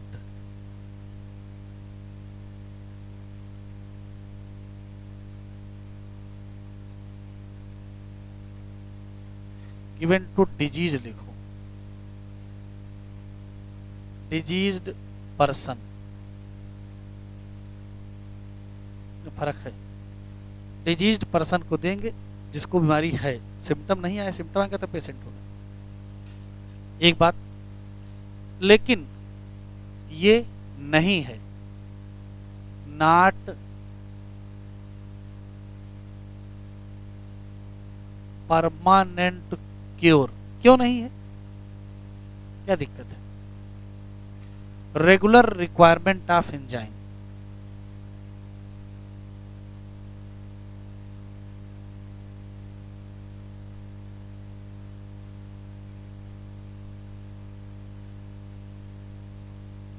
तो जैसे रेगुलर क्या ले रहे हैं?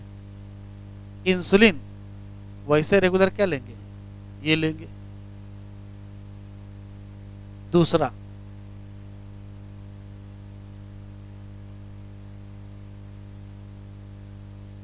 बोन मैरो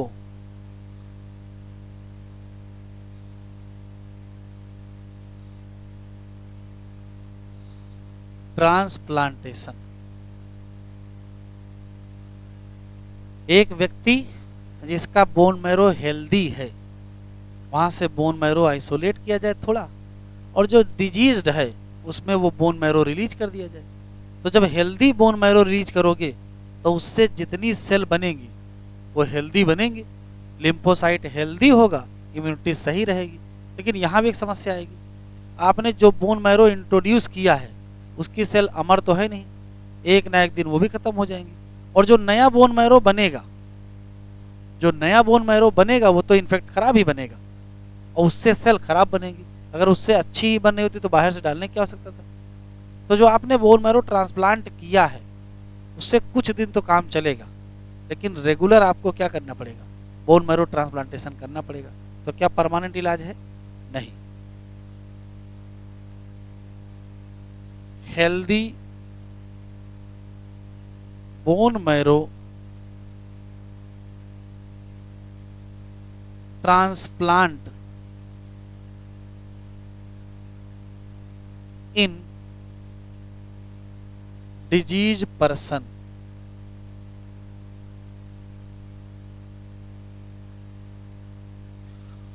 ये भी नहीं है, नॉट परमानेंट क्योर। क्यों?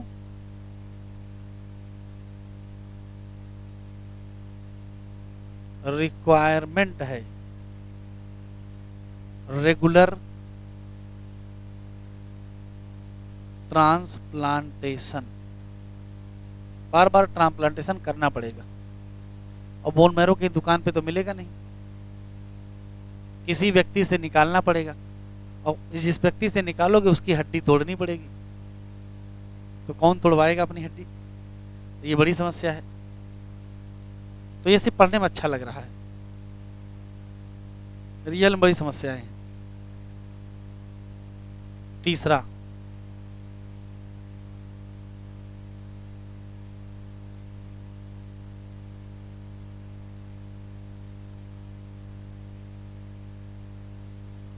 जेनेटिकली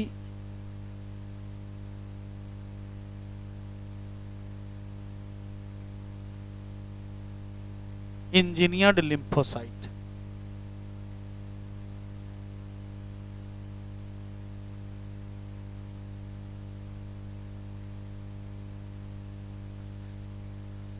कह रहा है इन्फ्यूजन कर दो जेनेटिकली इंजीनियर्ड लिम्फोसाइट। ये क्या है पहले समझ लो। तो जैसे मान लेते हैं कि ये डिजीज पर्सन है,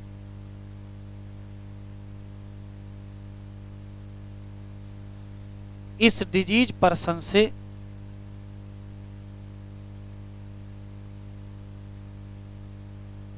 लिम्फोसाइट निकाल ली जाए जो काम नहीं कर रही थी। ये मान लेते लिम्फोसाइट है, उसका न्यूक्लियस है, इस न्यूक्लियस में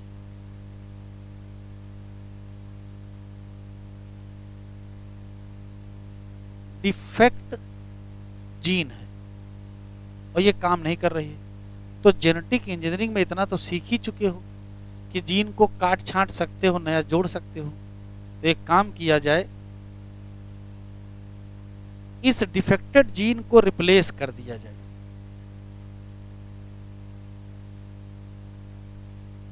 इसको रिमूव कर दिया जाए और इंट्रोड्यूस कर दिया जाए।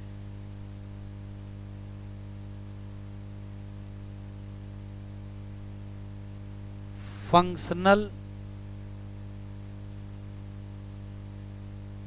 जीन। फंक्शनल जीन का नाम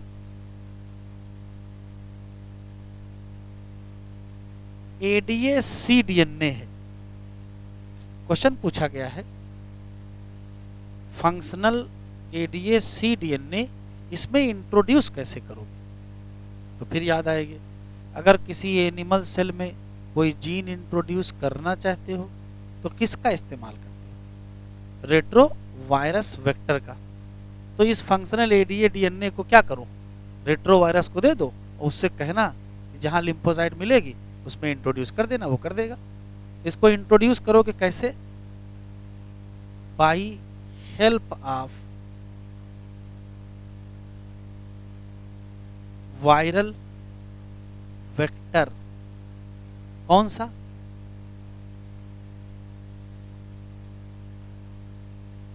रेट्रो वायरस। तो बताओ ये जो लिम्फोसाइट होगी ये कैसी हो जाएगी? इसके पास फंक्शनल जीन पहुंच जाएगा। इसी लिम्फोसाइट का नाम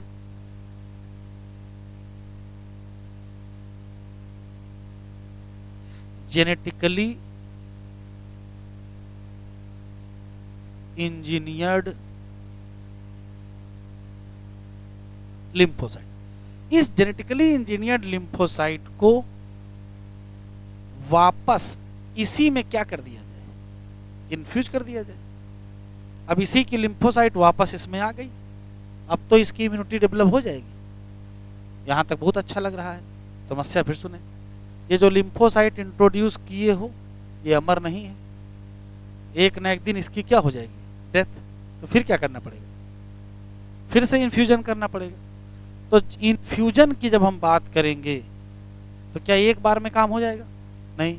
और जब बार बार करना पड़ेगा तो क्या परमानेंट इलाज? तो ये भी परमानेंट इलाज नहीं है। क्यों? क्योंकि बार बार इन्फ्यूजन करना पड़ेगा। क्यों? क्योंकि जो जेनेटिकली इंजीनियर्ड लिम्फोसाइट हैं ये अमर नहीं है। एक और बात अच्छी चीज है, ये एक प्रकार का जेनेटिक मैनिपुलेशन हुआ है ना, जीन डाला तो गया है, इसका मतलब जीन थेरेपी है। तो क्वेश्चन पूछा गया है, first step toward gene therapy in treatment of ADA deficiency. ADA deficiency में जीन थेरेपी का पहली बार कब इस्तेमाल किया गया? तो कहोगे क्या बनाने में? Genetically engineer lymphocyte. लिख लो, ये क्या है? फर्स्ट स्टेप है toward gene therapy in treatment of क्या?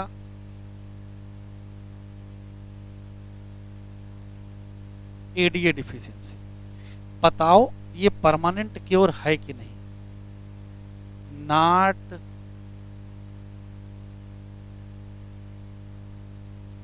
Permanent cure. क्यों नहीं है? क्योंकि रिक्वायर पीरियोडिक, मतलब बार बार infusion.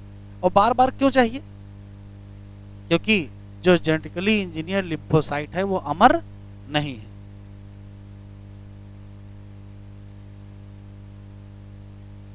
Because no immortal genetically engineered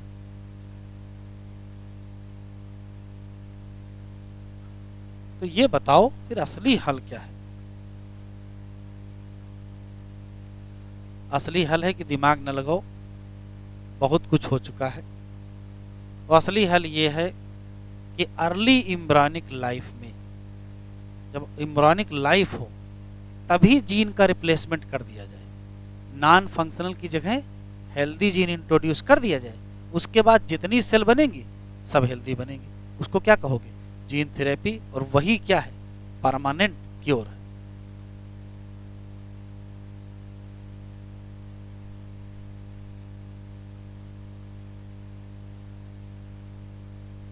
लिख लिया? तो चौथा इलाज क्या है?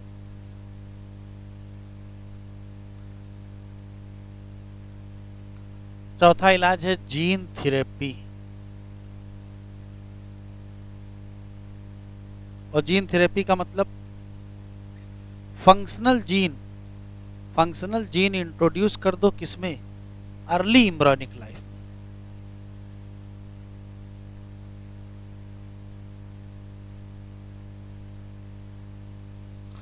फंक्शनल जीन इंट्रोड्यूस इन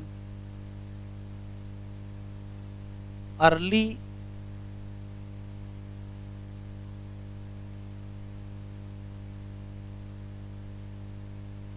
एम्ब्रायोनिक सेल। रिजल्ट क्या होगा? ऑल न्यू सेल हैव क्या? Healthy gene. इसका मतलब यही क्या है? Permanent cure of ADA deficiency disorder.